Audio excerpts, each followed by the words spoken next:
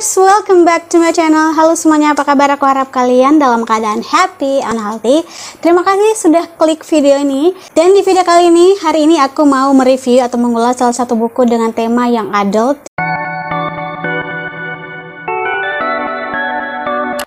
Dan pastinya kalian penasaran, kalian mungkin juga sudah tahu gitu ya di judul aku bakalan review buku apa. Without any further ado, mari kita langsung ke videonya. Oke, jadi buku yang akan aku review di video kali ini tuh adalah ini dia. Judulnya Teori Tawa karya Kai Elian. Buku ini terbitan dari GWP dan ini adalah salah satu buku terbitan atau jebolan dari GWP atau Gramedia Writing Project. Oke, sebelum kita bahas bukunya, sebelum kita review bukunya, aku mau kasih tau kalian dulu atau mau notice kalian covernya. Kalian bisa lihat cover di buku ini sangat blue. Dan juga ada sedikit nuansa pinknya. Aku suka banget dengan covernya. Terus di sini bisa kalian lihat ada gambar cewek dan cowok yang dimana ini adalah kedua tokoh utama yang ada di dalam cerita ini. Sejauh yang aku lihat covernya ini aku suka banget. Dia nuansa biru pink konsisten gitu ya, dan cukup simple, tidak terlalu banyak patternnya, tidak terlalu bertele-tele kayak gitu.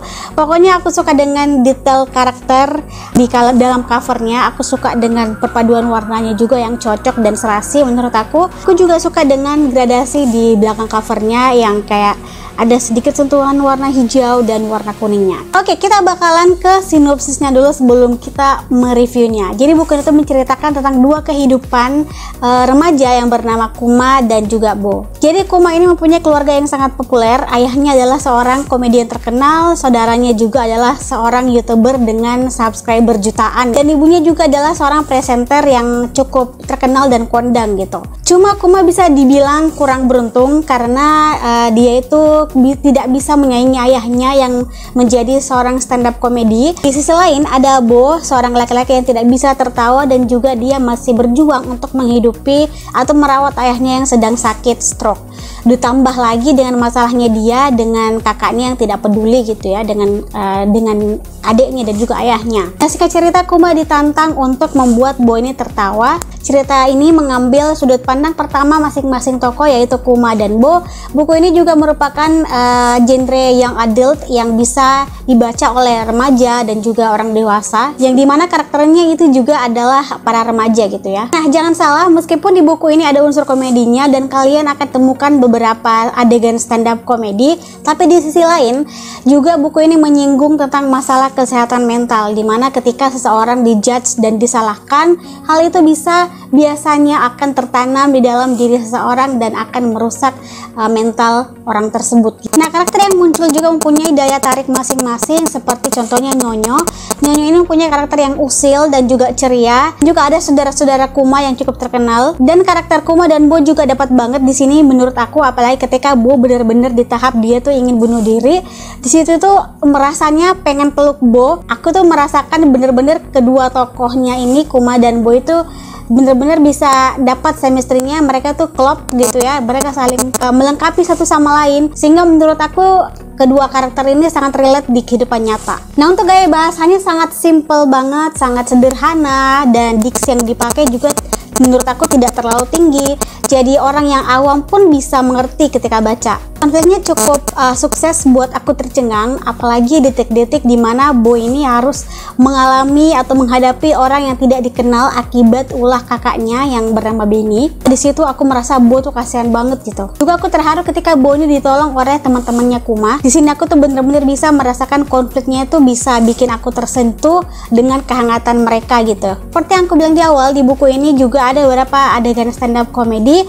Jadi kalian akan menemui scene atau adegan-adegan dimana Kuma ini akan stand up comedy di depan orang banyak. Aku bener-bener enjoy banget ketika baca. Menurutku ceritanya tidak terdapat adegan plot hole dan tidak berlebihan. Semua dikemas dengan pas, baik alur, konflik, plotnya, juga antara narasi dan dialognya itu bener-bener menurut aku berkesinambungan. Jadi pas baca kita tuh enjoy dan bener-bener rasanya page turner buat baca buku ini.